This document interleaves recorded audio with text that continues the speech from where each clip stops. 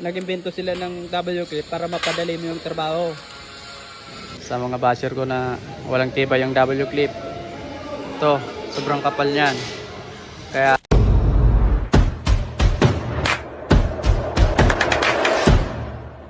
papakita ko sa inyo yung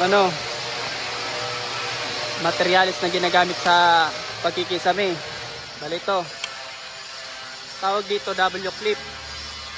W-clip to. Ang kapal nito 0.6.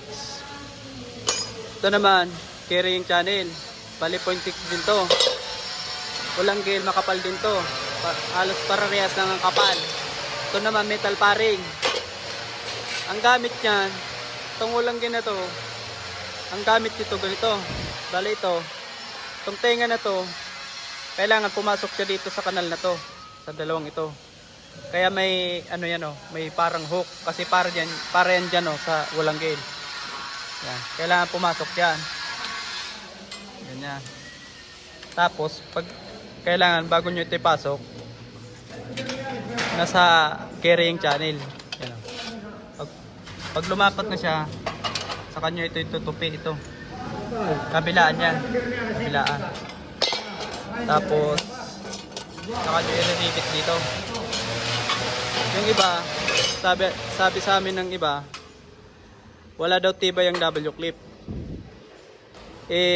Hindi naman pwedeng walang tibay kasi sobrang kapal nito. Sa kanila kasi, siguro yung ginagamit nila, manipis. Kaya, pag binitinan mo, talagang bibitaw ang paring. Sa amin hindi, kasi sobrang kapal to. Subok na namin to. Kaya hindi pwedeng umigay yung walang gel W-clip. Yung iba nagsasabi mahina daw to. Standard na proseso to ng pagkikisame. Ito ang materialis talaga sa pagkikisame ito. Carrying channel, metal paring, W-clip saka walang gel. Ito kinakabit to sa wall. Yan sa wall. Ito naman, ito na yung pamakuan ng Hardiflex. Ito, double purpose to. Pang hanger sa kapang kakapitan nito. W-clip. Katulad yan Yan. Hanger yan, hanger. Carrying channel yan. Tapos itong pag ganito, carrying channel pa rin yan. Ang paring. Bali naka W-clip lang yan. Yan. Kaya yung iba, sinasabi wala daw tibay ang W-clip. Paliwanag ko naman ito. Ang ginagamit namin, makapal. Sa inyo siguro, kaya hindi matibay kasi manipis. Kaya bibitaw talaga yon pag mabigat na. Saka nasa standard na proseso to ang W-clip sa paggamit sa pagkikisame. Tapos ito yung nga pala, sa kublight namin ganitong itsura. Metal paring lang, tinutupi namin to tapos i-re-rivet dito. Tulad dito. Bago namin yan i-re-rivet dito, naka-eskwala yan. Naka-eskwala yan. Tapos dito natatapat yung carrying channel ganyan. Tapos ida-W-clip mo yan. W-clip mo yan dyan. Tapos ito, bago tatakpan, may walang gel yan dyan sa kanto. Tulad yan may walang gel yan. Ganyan ang itsura niya. Ito naman, ito na yung flat sa ibabaw. Ito ang kublight. Itong carrying channel dyan yan tatapat. Pero bago yan bago ito ipapasok, naka W-clip muna to. Tapos rivet dyan. Kaya bali mariribitan pa yung W-clip. Namin sa kublight. Pili.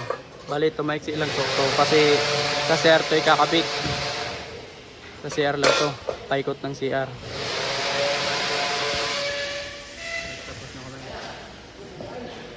Itong mga materialis sa pagkikisame. Yun lang. Liwanag ko na sa mga basher ko na walang tibay yung W-clip. Ito, sobrang kapal niyan.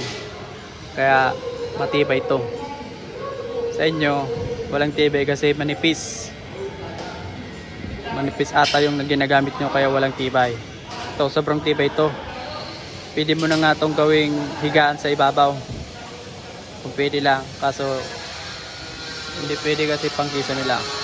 Pero sobrang tibay nitong W-clip na to. Yan. Ulitin ko, itong mga materialis sa pagkikisame. Nasa standard na proseso to. Walang gel ang tawag dito, walang gel. Ito, carrying channel. Ito, metal paring. Saka ito, W-clip. Ito naman, blind rivet. Yan. Yung iba kasi, kaya hindi ko magamit ito, tumitipid. Tumitipid sila sa materialis. Bali, double purpose na kasi sila. Ganito ang itsura ng ano nila. Hanger na ito. Hanger, tapos diretso na clip. Ito na yung sa coblight. Ganyan o. Tulad niya. Ito. Bali, tatakpan na lang to. Coblight. Yan o. Yan yung itsura nila. Yung ibang nagkisiling installer. Bali ito, pwede ito sa mga residential. Pero sa mga ganitong mga mall na, hindi ito pwede. Kasi wala na yan sa standard na proseso. Kaya yung iba ganitong itsura. Tapos dito metal stud yung ginagamit. Bali katulad no, paring. Yan. Wala na yan sa standard, pang ano lang yon, pang residential. Sa mga ganitong mall, hindi yung pwede. Kasi may inspection nito. Kailangan nasa standard ang proseso ng kisame mo. Matibay naman to kasi matrabaho to. Kaya nga nag-imbento sila ng W-clip para mapadali mo yung trabaho. Saka sobrang tibay nito kasi subok na to. Ali, yun lang ulit.